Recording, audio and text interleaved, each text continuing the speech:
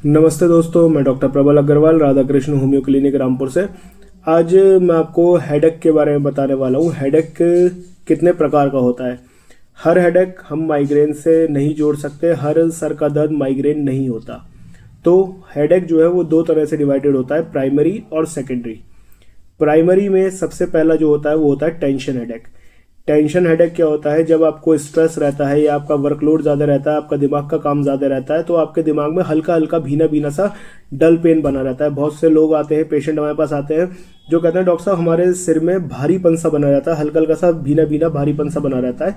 तो ये जो होता है ये स्ट्रेस हेडेक की वजह से होता है। या साइडों में आपके भारीपन रहेगा, या फिर आपके आगे के हिस्से में भारीपन रहेगा, या फिर आपकी नेक की मसल्स के अंदर स्टिफनेस आने की वजह से पूरे सिर में भारीपन जो रहता है वो होता है हमारा टेंशन हेडेक। जब हमारा गर्दन का काम ज़्यादा होता है, जिसका कंप्यूटराइज काम ज़्यादा होता है, जिनका पढ़ाई लिखाई का काम ज़्यादा होता है, उन लोगों में हमें अधिकतर देखने को मिलता है ये।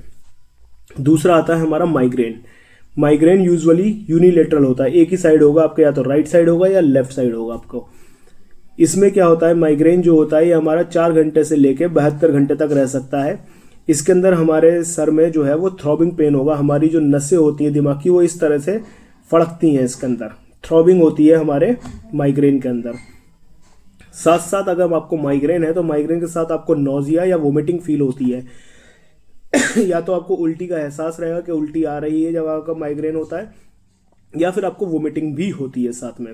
और साथ में आपकी जो सेंसिटिविटी है वो लाइट के लिए बढ़ जाती है। यानी कि अगर आपको माइग्रेन की दिक्कत है तो अगर आप रोशनी में जाएंगे तो आपका सिर का दर्द बढ़ जाएगा, यानी धूप में जाएंगे तो आपका सिर का दर्द बढ़ जाएगा, डायरेक्ट तेज रोशनी में जाएंगे तो आपका सिर का दर्द बढ़ जाएगा। तीसरा होता है हमारा क्लस्टर हेडेक। क्लस्टर हेडेक जो होता है ये हमारा शॉर्ट पीरियड के लिए होता है, लेकिन इसके अंदर ऐसी फीलिंग होती है जैसे किसी ने नुकीली चीज को ही हमारे सिर में भोंक दिया है। स्टेबिंग पेन होगा इसके अंदर।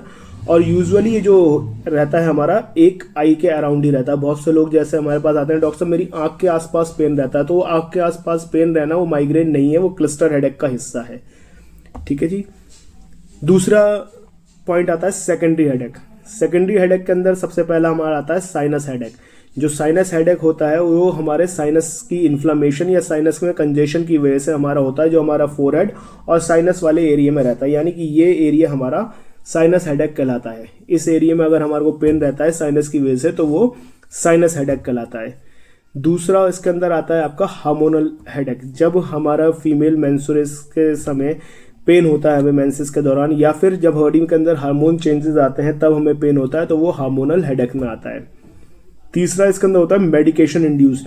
अगर हम कोई भी मेडिसिन लंबे समय से खाए जा रहे हैं तो उसकी वजह से लॉन्ग कंटिन्यूड मेडिसिन की वजह से लेने की वजह से हमारे को हेडेक पेन रहने लगता है, सर में दर्द रहने लगता है। और चौथा इसके अंदर आता है हाइपरटेंशन।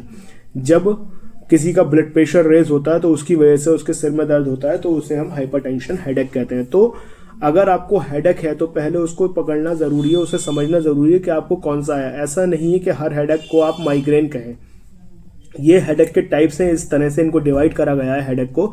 तो इसे आपको जानना बहुत जरूरी है कि आपको किस तरह का सर दर्द हो रहा है।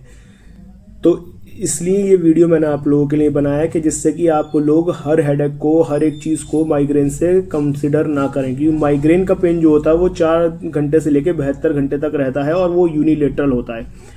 तो अगर आप इस वीडियो को देखेंगे तो आपको ये जानकारी मिल पाएगी और आप समझ पाएंगे कि आपको किस तरह का हेडेक है। आपको माइग्रेन है, आपको क्लस्टर हेडेक है, आपको टेंशन हेडेक है, आपको हाइपरटेंशन की वजह से हेडेक है, या फिर आपको भूखे रहने की वजह से हेडेक है। तो इस चीज़ को डिफरेंशिएशन आप लोग आराम से कर पाएंगे। बाकी अगर आपको इनमें से कोई सा भी हेडेक है, जैसे अगर आपको मेडिसिनल हेडेक है या फिर आपको हाइपरटेंशन की वजह से हेडेक है, तो आप अपनी बीपी की मेडिसिन टाइम पे लें।